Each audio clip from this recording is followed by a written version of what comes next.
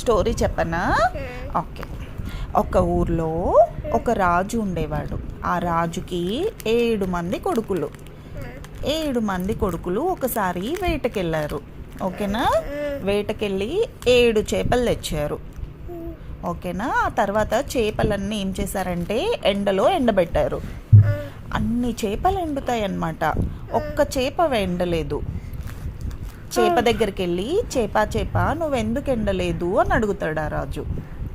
నాకు గడ్డి అడ్డం వచ్చింది అని చెప్తుంది ఆ చేప. గడ్డి నువ్వెందుకు అడ్డం వచ్చావు అని అడుగుతాడు మళ్ళీ గడ్డిని. నన్ను ఆవు మేయలేదు అంటుంది ఆ గడ్డి. ఓకేనా? మళ్ళీ ఆవు దగ్గరికి వెళ్ళి ఆవు నువ్వెందుకు గడ్డి మేయలేదు అని రాజు అడుగుతాడు అనమాట. అప్పుడు ఆవు ఏమంటుందంటే అవ్వ నన్ను తీసుకెళ్ళలేదు వేటకి అని చెప్తుంది ఆవు.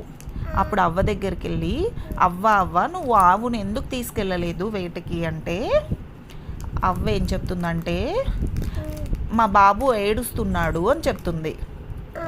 బాబు దగ్గరికి వెళ్ళి బాబు నువ్వు ఎందుకు ఏడ్చావంటే నన్ను చీమ కరిచింది అంటాడు ఆ బాబు.